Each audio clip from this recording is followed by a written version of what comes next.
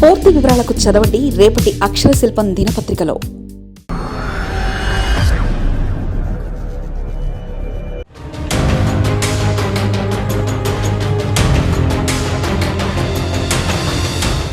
కూటమిలో టీడీపీ నేతల కలవరం.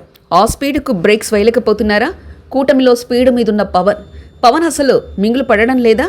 ఇలా వ్యవహరిస్తే పరిస్థితి ఏమిటి? రాజకీయాల్లో తెలుగునాట రాజకీయాలు సెపరేట్గా ఉంటాయి. అందులోనూ ఆంధ్రప్రదేశ్ రాజకీయాలు 4 దశాబ్దాల్లోనూ రకరకాలుగా ఉండడం గమనిస్తూనే ఉన్నాం. తానొకటి తలిస్తే దైవం ఒకటి తలిచాడని వెనకడుకొకటి సామెత చందంగా రాజకీయాలు ఎప్పుడు కూడా ఒకరే శాసించలేరనేది వాస్తవం. 4 దశాబ్దాల రాజకీయాల్లో చంద్రబాబుది అదే పరిస్థితి. ఒక సందర్భంలో ఆయనే చక్రం తిప్పిన చాణక్యుడు కాగా చాలా వరకు ముందుకు సాగారు. అయితే ఇప్పుడు కాలంతో పాటు పరిస్థితులు కూడా చాలా వరకు మారాయి. రాజకీయ నాయకుల నడవడి, వ్యక్తిత్వ విషయంలో చాలా మార్పులు వచ్చాయి. ఇలా పవన్ కళ్యాణ్ ప్రస్తుతం చాలా స్పీడ్ మీద ఉన్నారు. ఆయన స్పీడ్కు దాదాపు కూటమి నేతల్లో కొందరిలో భయం అలుముకుంది. ప్రస్తుతం పవన్ స్పీడ్కు బ్రేకులు వేయడానికి కూడా అంత సాధ్యం కావడం లేదు. ఆంధ్రప్రదేశ్ రాజకీయాల్లో పవన్ కళ్యాణ్ ఎంట్రీ ఎలా జరిగినా గత ఎన్నికల్లో మాత్రం గ్రాండ్ వెల్కమ్ జరిగిందనే చెప్పాలి.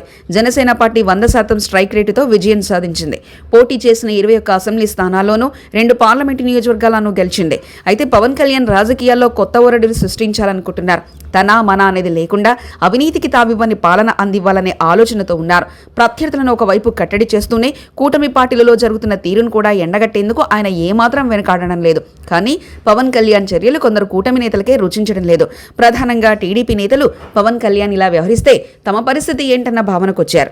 పవన్ కళ్యాణ్ మొన్నటి వరకు మౌనంగానే ఉన్నారు. గ్రామీణ అభివృద్ధి, పంచాయతీరాజ్, అటవీ శాఖలను ఏరికోరి తీసుకున్న ఉప ముఖ్యమంత్రి పవన్ కళ్యాణ్ ఆ శాఖలపై అధ్యయనం చేసిన తర్వాత రంగంలోకి దిగారు. తిరుపతిలోనూ సనాతన ధర్మం అంటూ సభను ఏర్పాటు చేసి ఒకంత బీజేపీతో పాటు టీడీపీకి కూడా తన ఆలోచనలు చెప్పకనే చెప్పారు. తర్వాత కొద్ది రోజులు గ్యాప్ ఇచ్చి హోంశాఖపై తీవ్ర వ్యాఖ్యలు చేశారు. హోంశాఖను తాను తీసుకోవాల్సి వస్తుందంటూ హెచ్చరించారు. హోంశాఖ సరిగ్గా పనిచేయడం లేదని ఆయనే విమర్శలు చేసి సొంత కూటమి ప్రభుత్వాన్ని ఇరుకున పెట్టారు. అది ఏ ఉద్దేశంతో చేసినా ఆయన చేసిన వ్యాఖ్యలు ప్రభుత్వాన్ని డ్యామేజ్ చేశాయి. అయినా చంద్రబాబు పవన్ కళ్యాణ్ను పిలిపించుకొని మాట్లాడారు. శాంతి భద్రతల సమస్యను సీరియస్గా తీసుకున్న చంద్రబాబు వరుసగా సోషల్ మీడియాలో పోస్టులు పెడుతున్న వారిపై కేసులు నమోదు చేస్తున్నారు. ఇలా మిత్రపక్షాలైన వారికి కొంత ఇబ్బంది పెట్టినా పవన్ చేసిన పనికి ప్రత్యర్థులపై కేసులు నమోదవుతున్నాయని కొందరు సంతృప్తి చెందారు. తాజాగా కాకినాడ పోర్టుకు వెళ్లి హడావిడి చేసిన పవన్ కళ్యాణ్ అక్కడ ఇంకా రేషన్ బియ్యం విదేశాలకు స్మగ్లింగ్ అవుతున్న విషయాన్ని బాహ్య ప్రపంచానికి తెలియపరిచారు. అయితే కూటమి ప్రభుత్వం అధికారంలోకి వచ్చి 6 నెలలు అవుతుంది.